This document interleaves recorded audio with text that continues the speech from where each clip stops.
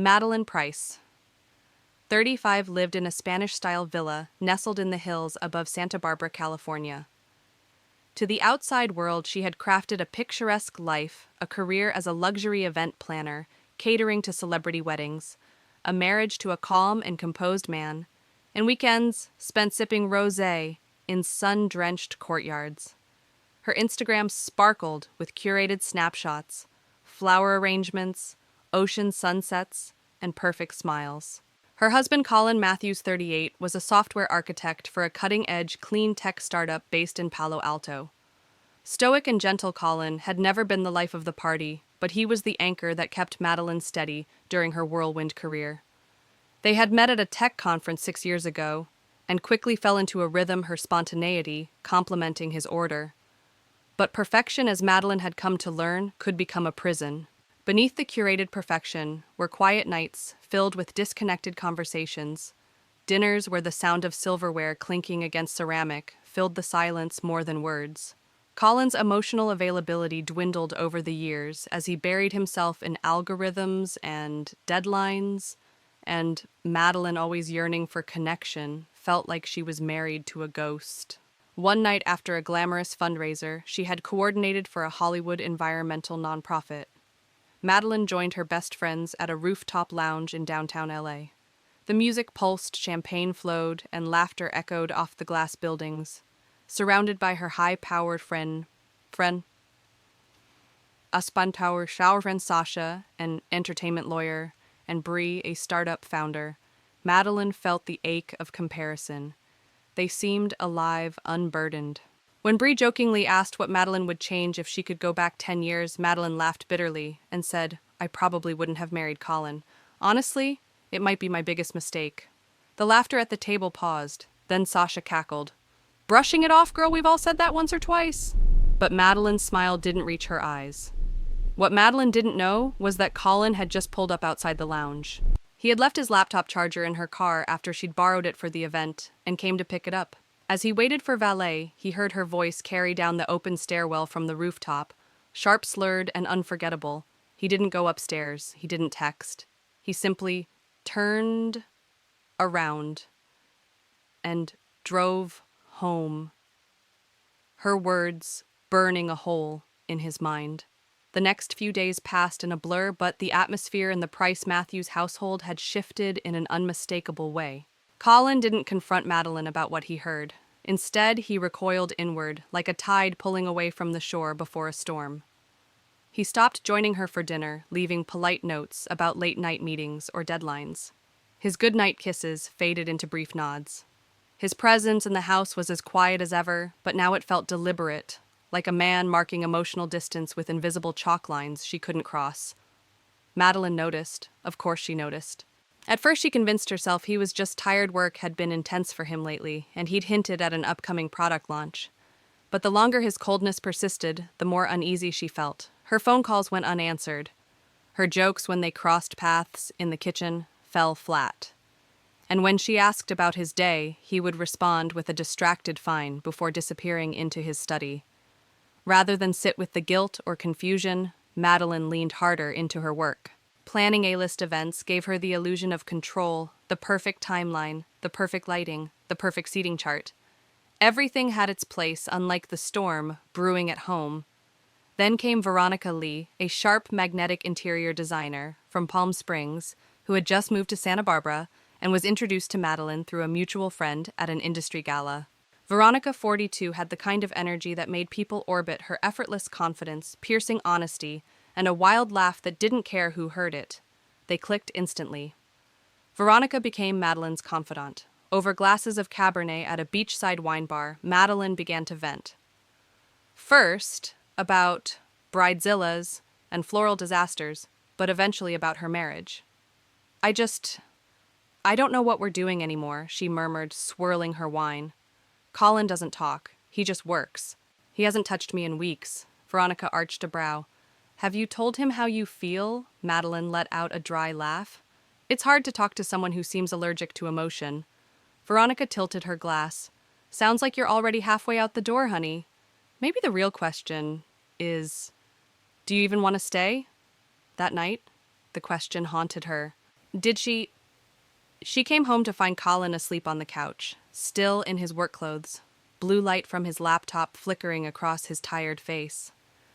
She stood there for a long minute watching him, this man she had once chosen with such certainty.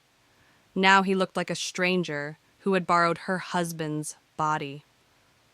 The ache in her chest didn't come from anger, but something worse, indifference. Or maybe confusion, pretending to be indifference. The next morning, Madeline found herself messaging Veronica again. "You free for lunch?" Veronica replied instantly. "Always. Let's go somewhere with martinis." Over the next 2 weeks, the quiet tension in Madeline and Colin's home thickened like fog. Every corner of their villa seemed to echo with things unsaid. Madeline started sleeping in the guest bedroom for her early calls, and Colin never questioned it. They had become polite co-tenants, silent in the mornings, separate in the evenings, and invisible to each other by nightfall. Then came the morning that changed everything. Madeline was organizing invoices in the study when she knocked over a stack of notebooks from Colin's shelf. As she crouched down to pick them up, a small, black, moleskin journal tumbled open on the floor. She knew she shouldn't look, but something compelled her. Inside were dated entries, not work notes, but thoughts, feelings. Raw pieces of Colin she hadn't seen in years. March 2nd, I heard her say it. "She regrets marrying me. I don't know how to recover from that." March 5th. "She doesn't even realize I was there. Or maybe she does and doesn't care." Fakri ain't deruro sacrifice. I love her, but I don't think she sees me anymore. Or maybe I stopped being someone worth seeing. Her throat tightened. Page after page exposed the pain he had buried, the guilt, the retreat, the loss of faith in their bond. And underneath it all, a final entry that broke her. "I can't keep waiting for her to want this again. Maybe I should go, before she says something worse." Madeline's hands shook as she closed the journal. A knot of shame and panic coiled in her stomach. He had heard her. All this time, she had assumed his silence was detachment, but it was devastation. And she'd been too blind or too self-absorbed to notice. When Colin came home that night, she was waiting in the living room, the journal in her lap. His eyes flicked to it, and just like that, he knew. "I shouldn't have read it," she said quietly, standing. "But I did. And I need to ask, why didn't you tell me?" He stood frozen in the doorway, briefcase still in hand. "Tell you that I heard the woman I love say I was her biggest mistake," he said, voice hoarse. What would have been the point? She opened her mouth, but no words came. Colin placed his briefcase down slowly and sat across from her. "I thought maybe it was a one-time thing, a joke. But then you stopped trying. You stopped seeing me. I felt like wallpaper in your life. Easy to ignore, unless something needed fixing." Tears pricked her eyes, but she didn't cry. Not yet. "Why didn't you leave?" she asked. "Because I was still hoping you'd look at me the way you used to." The words gutted her, but before she could respond, her phone buzzed. A text from Veronica Dinner with a familiar face tonight. "You remember Ryan Wolf, right from that Napa retreat? He asked about you." Madeline's heart skipped. Ryan Wolf, a former flame, fleeting, electric, and unfinished. They hadn't spoken in 5 years, but now his name resurfaced like bait thrown into already murky waters. Colin noticed the flicker in her expression. "Is there someone else?" he asked flatly. She looked up, startled. "No. I mean, not really." "Not really," he repeated. "What does that even mean?" Madeline hesitated, then whispered, "Someone from the past." Veronica brought him up. Colin stood abruptly. "Of course. Veronica. I should have known she'd show up right when things fall apart." "You don't get to blame her," Madeline snapped. "This was broken long before she came." Colin didn't respond. He walked out of the room and didn't return until dawn. Madeline lay awake in the guest bedroom, staring at the ceiling fan spinning silently above her. The house felt emptier than ever, despite both of them still technically living under the same roof.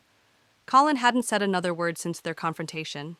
His movements were mechanical, sleep, shower, work, repeat.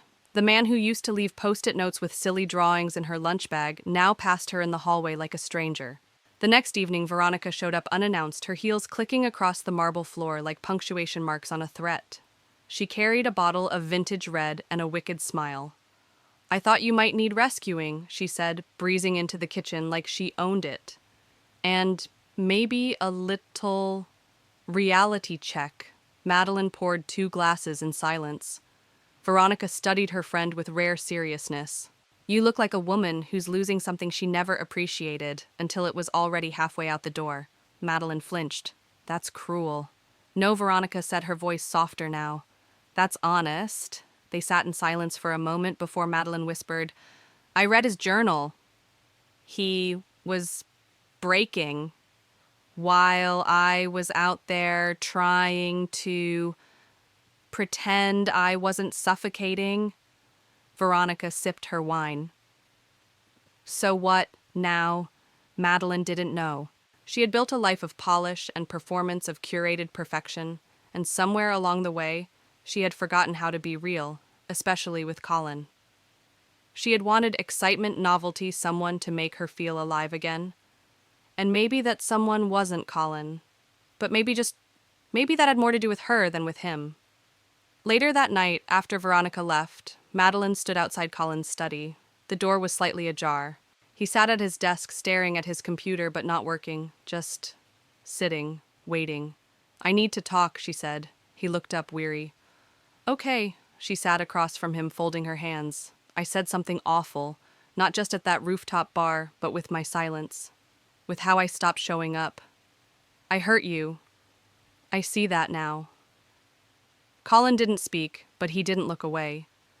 "I kept blaming you for our dullness, but the truth is, I dulled myself.